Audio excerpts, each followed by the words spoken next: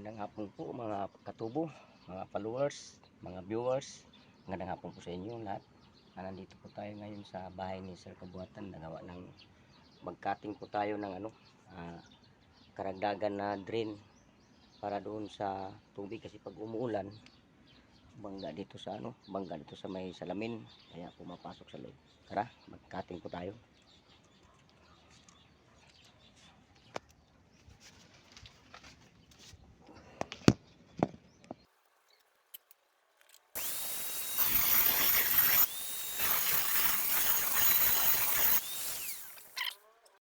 Yan mga katubo, magtiktik na naman tayo ngayon.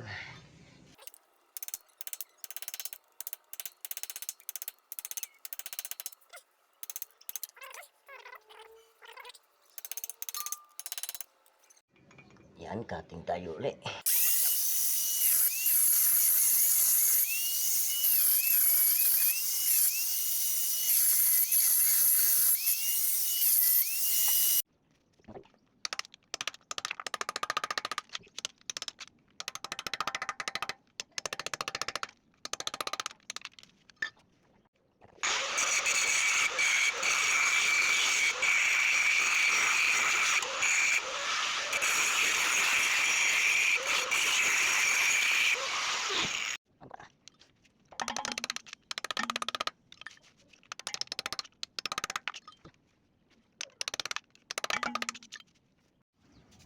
Yan po. Ito po yung swimming pool na Kabuhatan. Yan.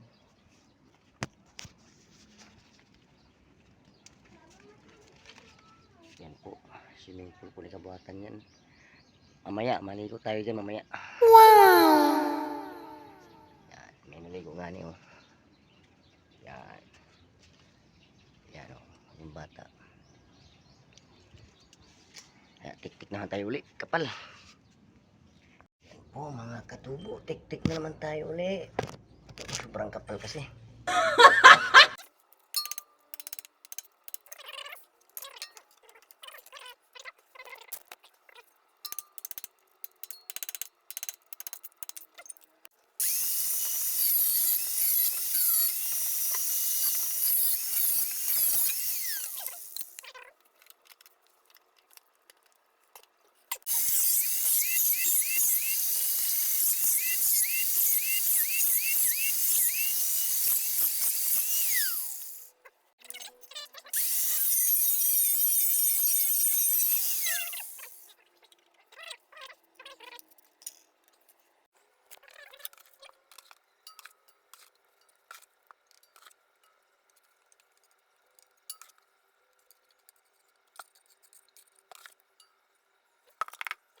Yan mga katubo, magandang hapon po. Tapos na po ako sa gawain, kaya dito i-video natin yung nagagawa ko. Yan, yan po yung mga gawa ko, lahat po yan. At ring dalawang tangke. Yan. Gawa ko po yan lahat. Yan. Yan yung mga koneksyon, yung pasok sa katapon. Yan yung mga ano yan. Ang kaibahan lang dito, mga katubo, yung motor niya ay hindi ordinary. Iri po ay 40,000 kung bibilhin mo. Iri po ay wala ng tangke, kundi siya ay nagsusupply sa bahay nila Sir Kabuhatan. Ay, ano po yan ay constant pressure po siya. Automatic po yan. Kaya mahal talaga ring motor, kaya lagi iingatan. Naku po, pag nasira, wala na. Bili uli, bago.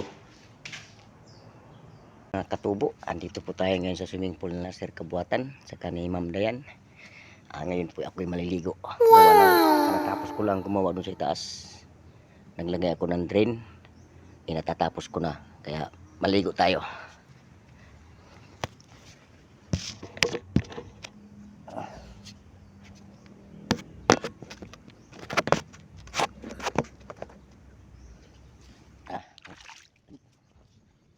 Magandang hapon dyan, sir. Ako'y maliligo sa swimming pool mo kay Sir Kabuhatan. Ang sarap maligo.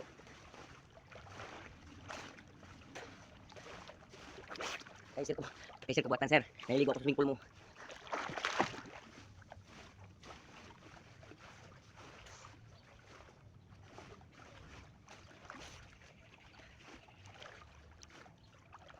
Kaya bago po umuwi ay maliligo muna tayo sa swimming pool. Bago umuwi. Kasi tapos na yung trabaho ko ay. Tapos na yung ginawa ko.